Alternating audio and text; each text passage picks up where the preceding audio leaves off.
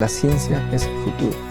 Sin ciencia no hay futuro. Hola amigos, soy Modesto Montoya, director y conductor del programa Encuentro con la Ciencia, dedicado a la promoción de la ciencia, la tecnología, la innovación y la educación a través de entrevistas con los protagonistas de estos campos.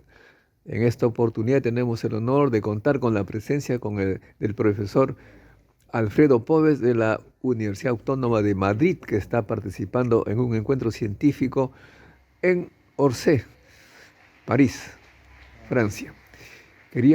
Muchas gracias por aceptar esta entrevista, profesor. De nada, un placer. En este canal siempre queremos saber el origen de los científicos. Por eso, si me permite preguntarle, ¿quiénes fueron sus padres? ¿A qué se dedicaban cuando usted era pequeñito? Mi padre era ingeniero de caminos, y trabajaba para el Estado. Y mi madre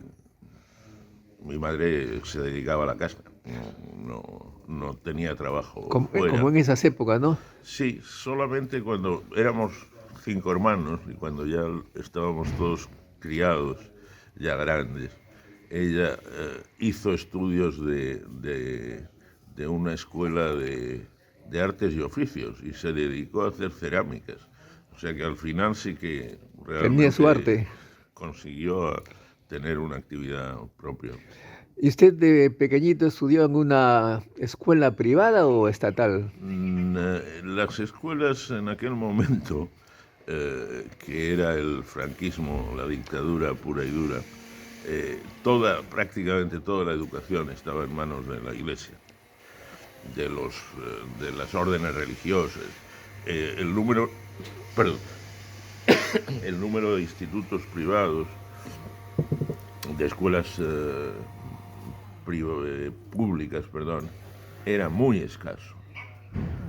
Y además, de algún modo, para la clase media, lo natural era llevar a sus hijos, era como que había que hacerlo, a estos colegios de órdenes religiosas.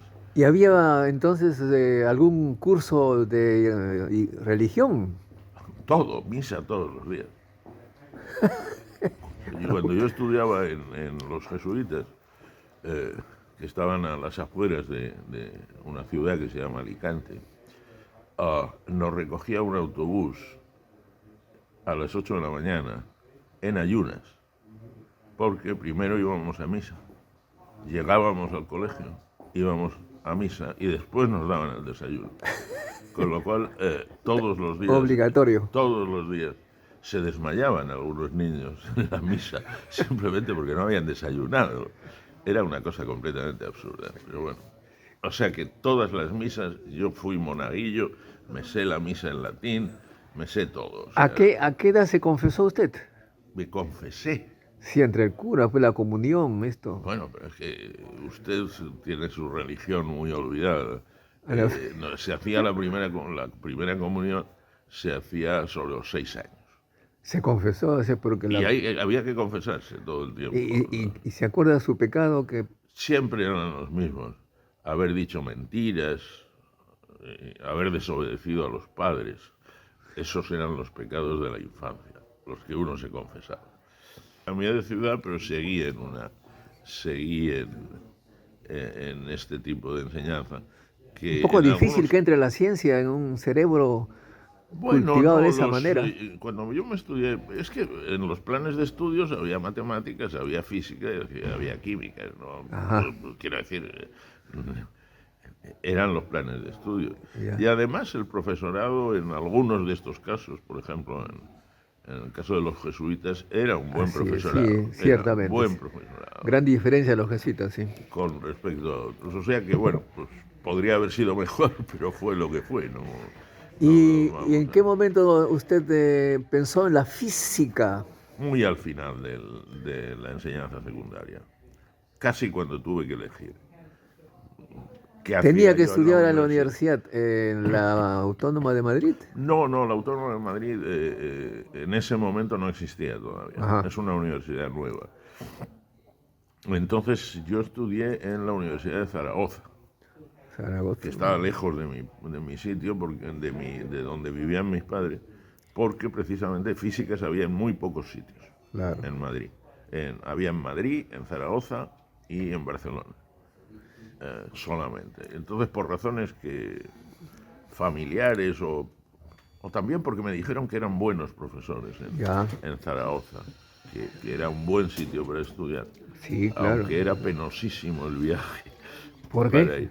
Bueno, porque las comunicaciones no eran como ahora, Claro, bueno, sí, y pues. Zaragoza está lejos, y los trenes tardaban una barbaridad. Entonces, cada vez que yo iba a casa en Navidades, y en las vacaciones de Navidades y de la Semana Santa, y para el verano.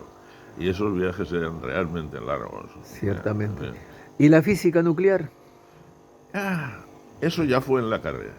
Eso ya viendo ¿Pero alguna razón en especial? Bueno, me interesó, desde luego, me fascinó. Bueno, me gustaba la física, la verdad es que cuando Claro, lo estudié sí, me sí. gustaba mucho, y dentro de las cosas así más atractivas, pues todo lo que tenía que ver con la mecánica cuántica Bueno, me interesaba. Y bueno, pues dentro de lo que podía hacer uno, pues dependía de lo que...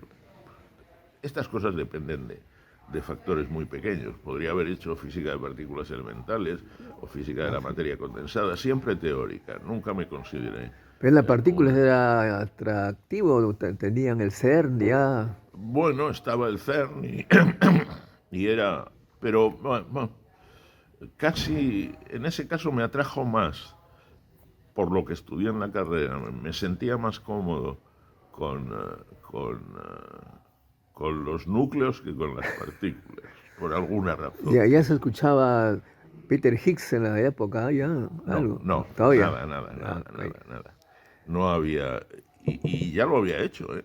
Sí, Pero sí, sí. nadie hablaba nadie hablaba del bosón de Higgs en aquel ¿Sobre qué momento. fue su tesis de doctor? Mi ¿Y tesis dónde? ya fue en la Autónoma. Una vez que terminé la carrera, la licenciatura, la maestría o como se llame, me fui a hacer la tesis ya a la Universidad Autónoma. Y entonces la tesis tuvo que ver ya con problemas de estructura nuclear, de cuál es la estructura de los núcleos y cuáles son los mecanismos que hacen que se comporten como se comportan, ¿no? Por no ¿Y usted salió complicar. luego al extranjero? ¿Qué Sí, universidades fue? estuve en un centro de investigación en Francia, en Estrasburgo, en la frontera con Alemania, que era y es un centro de investigación muy importante. Ahí tenían un grupo teórico con el que yo había conectado, y además tenían un acelerador de iones, o sea que hacían física nuclear experimental allí mismo en el campus. ¿Usted domina bien el inglés o cómo fue? Yo estudié, porque era también la moda en España en aquel momento, todos estudiábamos francés. Sí. Entonces yo estudié francés Ya. y se me daba muy bien. En algún momento, ya al final del bachillerato, me di cuenta, y al principio de la carrera empecé a ver que todos los libros de física En y inglés. todos esos estaban en inglés, y entonces empecé a estudiar un poco por mi cuenta, y fui a alguna academia y fui aprendiendo sobre Seriamente. la marcha. Fui aprendiendo sobre la marcha inglés. Usted es metódico entonces. Bueno, bueno, no mucho. No me llamaría yo a mí mismo un señor metódico, soy Y ahora, más bien luego azaroso. entró a la enseñanza. ¿Cómo? ¿Concursó? Sí, yo estuve 3 años en este laboratorio haciendo investigación, pero no perdí el contacto con mi alma mater, con la universidad. Entonces, en algún momento yo allí estaba primero con becas del gobierno español, del gobierno francés, y después los propios franceses me dieron unos contratos. Estuve bien, fue muy... Al principio fue duro, pero después fue agradable. Y la verdad es que aprendí muchísimo, aprendí casi todo en ese periodo de postdoctoral.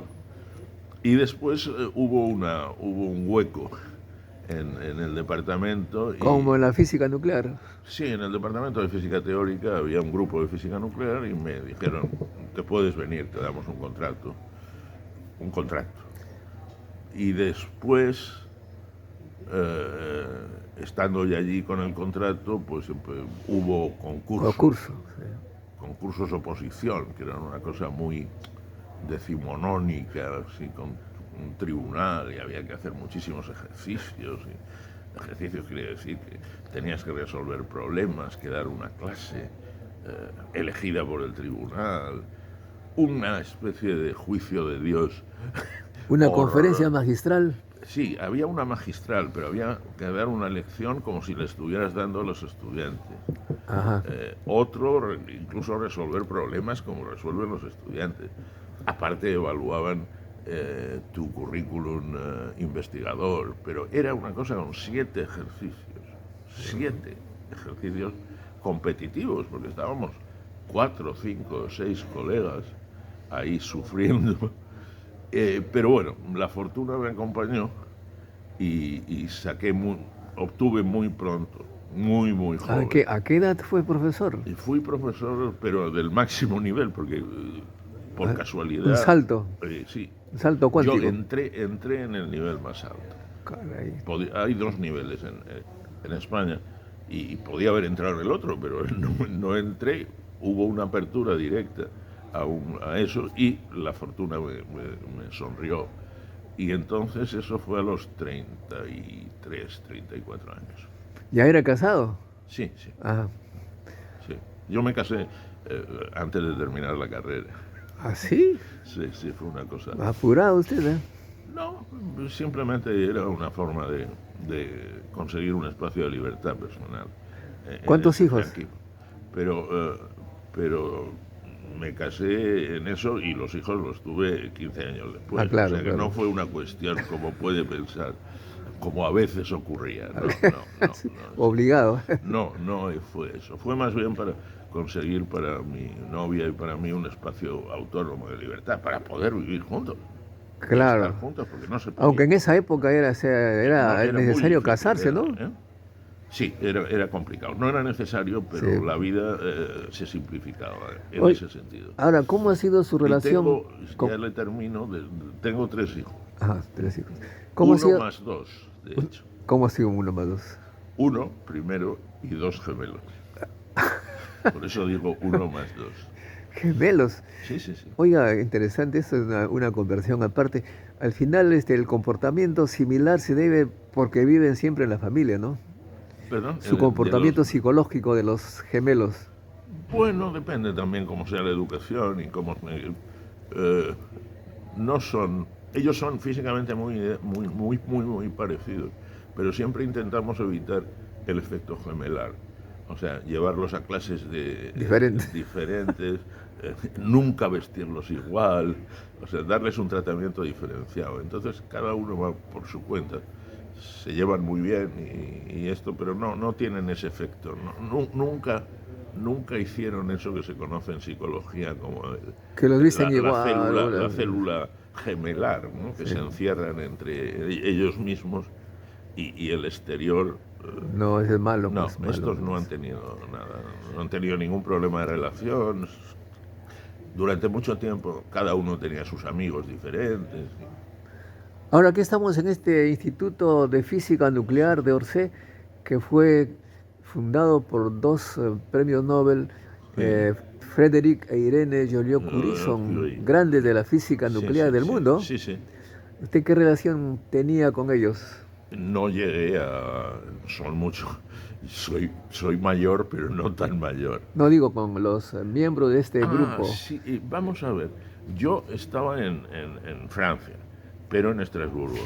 Pero sí que venía por aquí, porque además este instituto tiene mucha relación con España, por razones curiosas.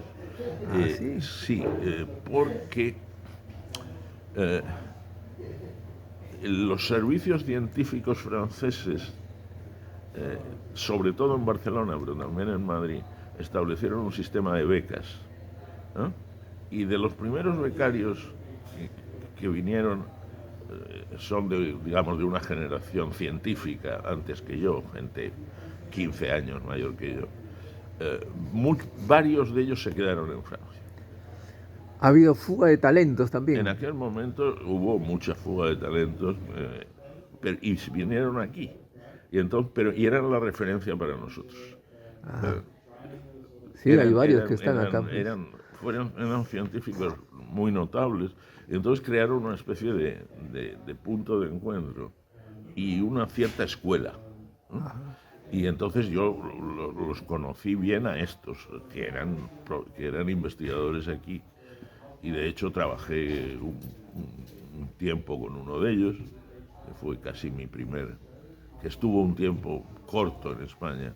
Y entonces yo empecé con una de estas personas, que después se volvió aquí inmediatamente, porque el ambiente en España en ese momento le resultaba irrespirable, y entonces se volvió a sus cuarteles de invierno. Pero crearon una conexión que fue muy importante para la física nuclear y de partículas española. ¿Y cuál es su campo en la física nuclear, que es tan diverso? En la física nuclear yo soy teórico de estructura.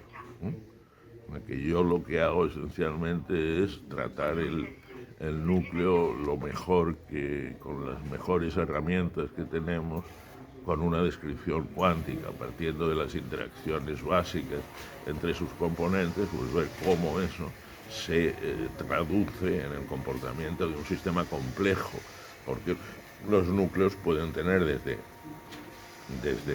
4 entidades elementales, como la partícula alfa, hasta 238, como el uranio.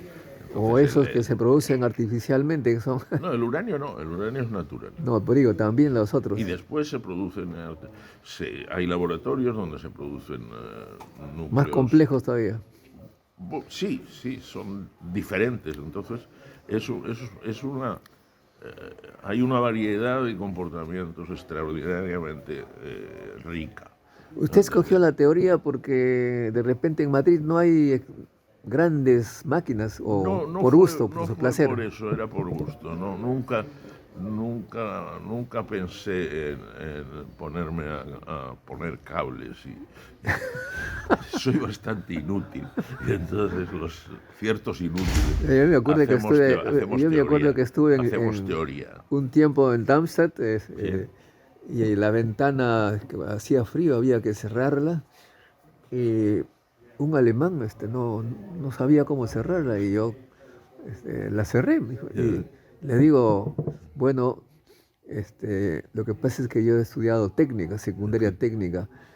Ah, comprendo, porque yo he estudiado física teórica y estas cosas de cerrar la ventana. No, yo no llego a ese nivel. Para cerrar una ventana y alguna cosa mínima, pero nunca pensé. También es verdad, ahora, que en aquel momento, en mi enseñanza preuniversitaria, en estos sitios no había laboratorios. O sea que Claro. yo Algo influye. no tuve contacto con eso. Y en la universidad los medios de los laboratorios eran también relativamente escasos. Quizás si hubiera estado en un entorno más... Claro. Pero de todas formas tengo compañeros estupendos que sí, que naturalmente hicieron física experimental y la hicieron muy bien. O sea que... En su exposición usted, digamos, mostraba bastante humor y la gente reía. Esa parte histriónica viene de pequeño. No, histriónica de pequeño me temo que no. Siempre, yo creo que más bien tiene que ver con una larga carrera docente, en la que cada clase que da uno a los estudiantes, pues tiene que tener un elemento de incentivación, de teatralidad, de romper la monotonía. Entonces, un poco de teatro y humor, sin duda. Pero hay que ser inteligente para eso, porque a veces... Bueno, uno hace lo que puede, pero yo creo que el origen está... Soy una persona extravertida, o sea que puedo hablar, no me cuesta, no Y, soy tímido claro, ni bueno, nada sí, así. pues. Y ese sombrero, que somos los dos únicos sombreros acá en la Bueno, conferencia. lo del sombrero yo creo que me lo puse cuando me jubilé para cambiar mi vida en algo. Entonces decidí, ya que soy ahora profesor emérito, mejor me compro un sombrero. En realidad, eso no es verdad. Es que, además de jubilarme, pues he perdido algo de pelo en la parte de arriba. Acá. Entonces, en España, Usted en vanidoso, Madrid, entonces. no, vanidoso no, es una cosa mucho más así. Durante el verano y en España hace Ah, mucho sol. claro. Entonces, si uno tiene menos cabello, pues mejor se protege, ¿no? Como Con un físico sombrero. sabe Claro, el efecto de con la un sombrero. radiación, Yo ¿no? en verano llevo sombreros de paja tipo Panamá o así, pues para protegerme. Y la verdad es que le coge uno confianza. Y en invierno, en Madrid también hace mucho frío, con lo cual el sombrero es una estupenda protección contra el frío Tengo de la cabeza. un O sea que no amigo, hay ningún misterio, es oiga, yo tengo puramente un amigo utilitario. medio psicólogo que me dijo, lo que pasa es que tú necesitas tener algo como una corona, te sientes diferente. No es su caso. No, especialmente, ya digo que es muy utilitario. Es muy utilitario. Finalmente, una pregunta, tanta experiencia como profesor usted, dicen algunos colegas que la personalidad de los jóvenes, la generación de estudiantes, es muy diferente ahora frente al profesor, frente a los estudios universitarios. ¿Usted ha visto alguna diferencia entre sus primeros alumnos y los últimos? Yo he tenido, en física hemos tenido siempre eh, muy buenos alumnos. Y yo aquello de que cualquier tiempo pasado fue mejor, no es verdad. Cualquier tiempo pasado fue peor. Yo creo que van mejorando. Van mejorando, yo creo que de formación, aunque hay muchos profesores que dicen lo contrario, siempre dicen, es que no saben nada, es que no saben nada. Así, que están Pues con el no, pues celular y nada, que... pues nada. No. Yo no tengo esa impresión, he tenido magníficos estudiantes que además les he visto seguir unas carreras muy brillantes en todo tipo de sitios, en investigación o en las empresas o en donde sea, porque hay mucho físico que ha hecho una tesis con nosotros que después está en el mundo de la empresa o que ha hecho empresas. O sea que no, me parece que han tenido una vida más sana Más sana, sí, claro. que Más nosotros. liberal, claro, en Sí, la época de Franco tampoco era. nosotros tuvimos una vida muy castrante. Yo viví hasta los 25 años bajo una dictadura. Y eso no se lo recomiendo a nadie. Ciertamente. Y Una dictadura además muy represiva, no solamente en los aspectos políticos, sino también en los aspectos personales, por la omnipresencia de la religión. O sea, ¿usted todo el considera tema que ha sido negativa la influencia de la religión? negativa y súper negativa. En qué En aspecto? todo, en todo. Primero porque si me dejas seguir, porque es una cosa que debía ser algo que está en el ámbito de lo privado. Pero cuando se convierte en algo público y obligatorio, pues eso es horroroso, porque los curas y los curas católicos eran los que dictaban las normas sociales y de moral y de costumbres y de todo eso. Y yo que no soy religioso en absoluto, vamos, soy ateo, militante. Usted no es ateo. Sí, soy ateo. Ah, Soy ateo militante, además. No, nada de agnóstico ni nada. no, Yo no, soy nada. ateo sin ninguna cosa. Así de Pues frente. creo que la religión es una cosa de cada uno en el ámbito privado.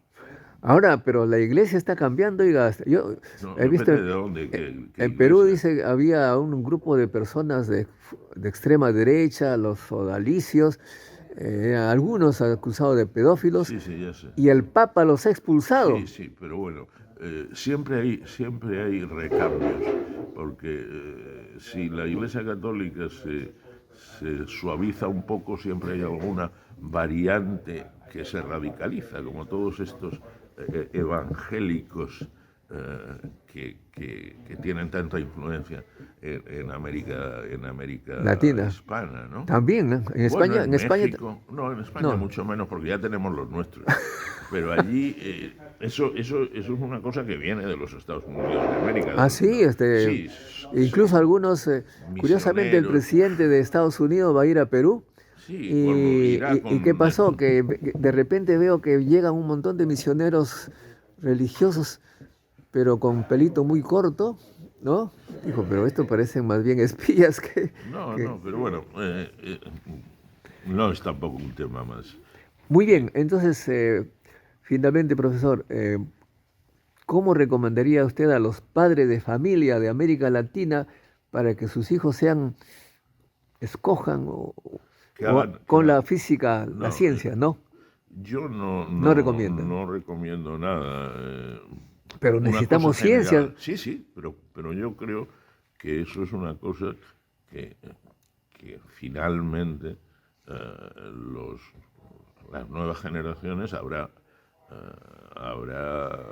chicas y chicos con los que les gusta la ciencia y lo harán, y chicos y chicas a los que les gustará la literatura. Lo que pasa es que hay que dejarles la opción, si se puede, de que estudien lo que les gusta y que lo estudien con placer y con trabajo, porque una cosa que me decía mi padre, que nunca me empujó a hacer nada, ni ingeniero. Libre. No, quiero decir, lo más prestigioso en aquel momento y lo que hacían, lo que se suponía que tenía que hacer un chico que era el primero de la clase, ya son los primeros de la clase, y de ciencias, y que se le daban bien las matemáticas, que podía ser mi caso, lo más prestigioso era ser ingeniero. Claro. Físico no sabía nadie lo que es. O sea, tú decías, voy a estudiar física, y en la familia, mi padre no, pero todos los demás, ¿Qué es ¿y eso? eso qué es? ¿No? Pero mi padre, que nunca me presionó en ningún aspecto, me dijo, tú haz lo que te dé la gana, pero hazlo bien. Y no tendrás problemas. Me hace recordar una anécdota. Venía de Alemania por tren en la estación La Gare du Nord de París. Sí. Papeles, me pidieron papeles. Y el policía francés me dice, ¿qué hace usted en Francia? Le dije, je suis physicien. No, on dit pas physicien, on dit musicien. No sabían tampoco que existía la palabra physicien, los policías. Oiga, finalmente, ahora sí, para no molestarlo más, la primera vez que vino acá en un congreso científico, vio tantos chinos. No Son había ningún chino. ningún chino. Ningún chino. Veo que hay bastante y son Sí, brillantes, bueno, ¿no? porque sí, es que ha cambiado muchísimo la situación en China, sobre todo en ciencia. No, yo realmente en los primeros congresos, primero tampoco había tanta movilidad, pero además es que los chinos en aquel momento no estaban había algún japonés. O sea, Sí, sí. lo más exótico que teníamos en los congresos es que había indios de la India, vamos, Cierto. y japoneses. Chinos no recuerdo, pero de todas formas en los congresos la gente, las comunicaciones eran diferentes y entonces tampoco era tan fácil. Son brillantes y veo las chicas, también las veo que se dicen diferente a las occidentales. Como soy curioso, Pero no tanto, no tanto, ¿no? no tanto. Bueno, Muy bien, profesor, muchas gracias. pues. Será hasta una próxima oportunidad. Espero verlo en Perú alguna vez, ¿ah? Ya veremos. 500 años después. Sí, ya veremos. No es que a Perú, lamentablemente, no he ido. Mi mujer sí, porque hubo un congreso, era matemática, y hubo un congreso de enseñanza matemática, y ella pudo ir, y estuvo en Cuzco, y estuvo en Machu Picchu, y tiene unos recuerdos inolvidables de Perú, pero yo lamentablemente no he tenido la oportunidad. Espero vaya. ¿No? Sí, pero ya veremos. Muchas gracias. Que no tengo correspondientes. Y tenemos, ya somos. Sí, pero bueno. Vamos a no hay una justificación vamos a buscarlo. laboral para eso. Muchas Bueno, gracias. Ha nada, sido a un ti, encuentro a ti, con Alfredo Modesto. Pobes. Nada. Hasta pronto, hasta amigos. Con nosotros será hasta un próximo encuentro con la ciencia. Chao, chao. La ciencia es el futuro. Sin ciencia no hay futuro.